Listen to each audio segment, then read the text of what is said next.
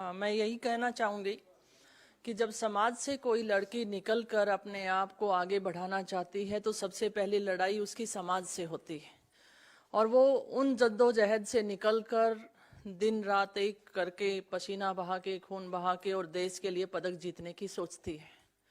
और जब वो इस मुकाम पे जा रही होती है तो उसके बीच में एक खबर आती है कि रेसलिंग फेडरेशन ऑफ इंडिया के जो प्रेसिडेंट हैं ब्रिजभूषण शरण जी, वो यौन शोषण करते हैं और ये उस बेटी के द्वारा आरोप लगाए गए हैं जिसमें माननीय प्रधानमंत्री जी ने कहा था कि तुम हमारी बेटी हो। और उसी बेटी ने एक सवाल कल दागा है कि इस देश में बेटी पैदा होनी ही नहीं चाहिए। इससे ज़्यादा तकलीफ की बात, दर्द की बात क्या हो सकती है। और साथ साथ मैं ये सवाल ये भी करती हूँ, एक तरफ तो हमारा देश पदक चाहता है और दूसरी तरफ हम अपने भविष्य को देखते हैं, हमारी बेटियों का यौन शोषण होता है, तो आने वाली पीढ़ी या वो पेरेंट्स क्या अपने बच्चों को इस तरीके से स्पोर्ट्स में भेजना चाहेंगे। और मैं यहाँ पर विनेश फोगाट और उन सभी रेसलर्स का मैं धन्यवाद देती हूँ कि इस मंच पे आके उन्होंने इस बात को उठाया है। लेकिन तकलीफ इस बात की है कि माननीय प्रधानमंत्री जी को जब उन्होंने लगभग 1.25 साल पहले इन बातों से अवगत करा दिया गया था तो इस पे कार्रवाई क्यों नहीं हुई। और जैसा कि सुप्रिया जी ने कहा कि 72 घंटे के बाद भी ये शर्मनाक बात सड़कों पे अभी तक चल रही है, लेकिन बीजेपी के नेताओं के द्वारा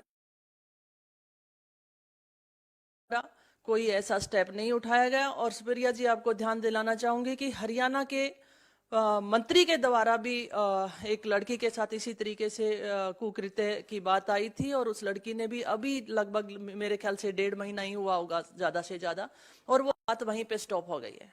तो क्या यही हालात इन रेसलर्स के साथ भी होने वाला है या आने वाली हमारी एथलीट्स के साथ होने वाला है। मैं महिला हूं और ये पीड़ा मैं समझ सकती हूं कि लड़की पैदा नहीं होनी चाहिए। ये कितनी बड़ी बात हमारी एथलीट्स ने कही है। और मैं उन दिनों को याद भी करती हूँ जब हम मेडल जीत कर लेकर आते हैं, तब हमें हमारे साथ हर कोई फोटो खिंचवाने के लिए तैयार होता है, बेटी बनाने को तैयार होता है। जब हमारी बेटियों का चीरहरण किया जाता है तो उसके साथ कोई खड़ा क्यों नहीं होता है।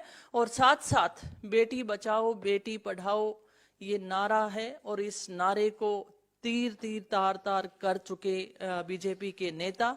मैं यही कहना चाहूँगी कि इन नेताओं से बचाने की ज़रूरत है। और मैं यही कहना चाहूँगी कि जो फेडरेशन है वो पूरी भंग होनी चाहिए। जैसा खिलाड़ियों ने कहा कि अकेला नेशनल फेडरेशन नहीं, स्टेट फेडरेशंस भी होनी चाहिए और खिलाड़ियों की भागीदारी उसमें होनी चाहिए।